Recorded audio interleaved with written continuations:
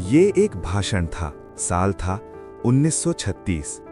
लाहौर में जात पात तोड़क मंडल नाम की संस्था ने डॉक्टर भीमराव अंबेडकर को एक कार्यक्रम में मुख्य भाषण देने के लिए आमंत्रित किया। विषय था जाति व्यवस्था का अंत। अंबेडकर ने पूरी ईमानदारी से एक भाषण तैयार किया, लेकिन जब मंडल के आयोजकों ने भाषण का मसौदा पढ़ा तो वे घबरा गए। भाषण में अंबेडकर ने साफ लिखा था कि जाति व्यवस्था सिर्फ समाज की बुराई नहीं, बल्कि धार्मिक ग्रंथों द्वारा पोषित व्यवस्था है। उन्होंने कहा था, जब तक मनुस्मृति और ऐसे ग्रंथों की सत्ता टूटी नहीं जाएगी, तब तक जाति कभी खत्म नहीं होगी। ये बात आयोजकों को अस्वीकार्य लगी।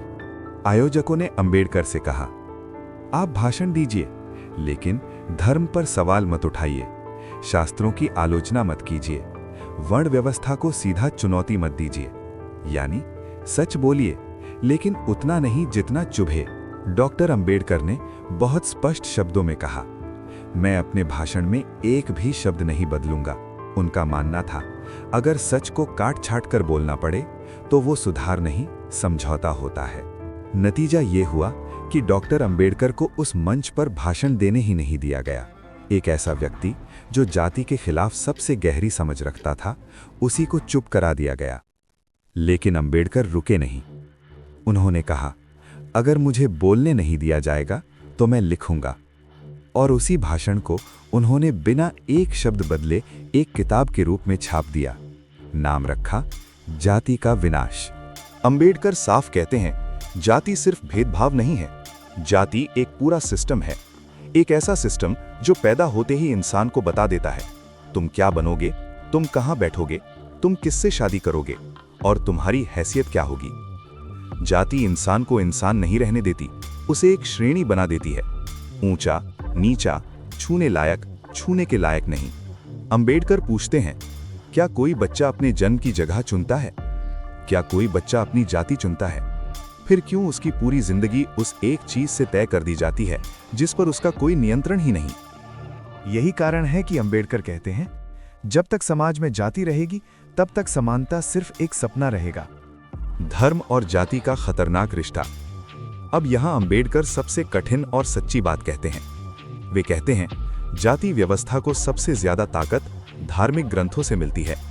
मनुस्मृति, शास्त्र, स्मृतियां, इन ग्रंथों ने जाति को ईश्वर की इच्छा बना दिया। जब भेदभाव को धर्म का नाम मिल जाता है तो सवाल पूछना पाप बन जाता है।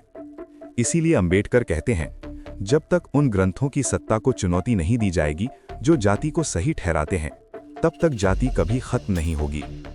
अंबेडकर सिर्फ कट्टर लोगों पर ही नहीं, बल्कि तथाकथित सुधारकों पर भी सवाल उठाते हैं। वे कहते हैं, कुछ लोग छुआछूत को गलत कहते हैं, लेकिन वर्ण व्यवस्था को सही मानते हैं।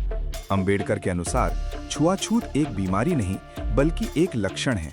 असली बीमारी है वर्ण और जाति व्यवस्था। अगर आप जड़ को बचाकर डालियां काटते रहेंगे तो पेड़ फिर उगाएगा। वे कहते हैं, हिंदू समाज कोई एक समाज नहीं है, ये अलग अलग जातियों का झुंड है।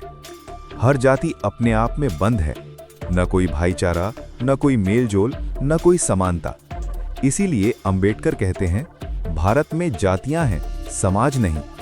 अंबेडकर बताते हैं, जाति मंदिरों में नहीं, जाति भाषणों में नहीं, जाति कानून में भी नहीं।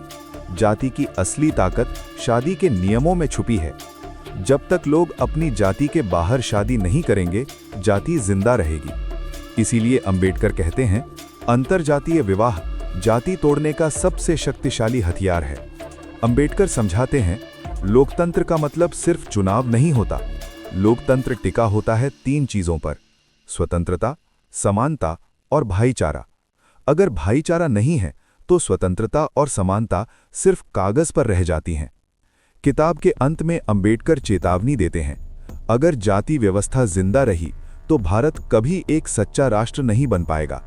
या तो समाज बदलेगा या फिर दबे कुचले लोग इस समाज को छोड़ देंगे। इतिहास गवाह है, जहां न्याय नहीं मिलता वहां विद्रोह जन्म लेता है।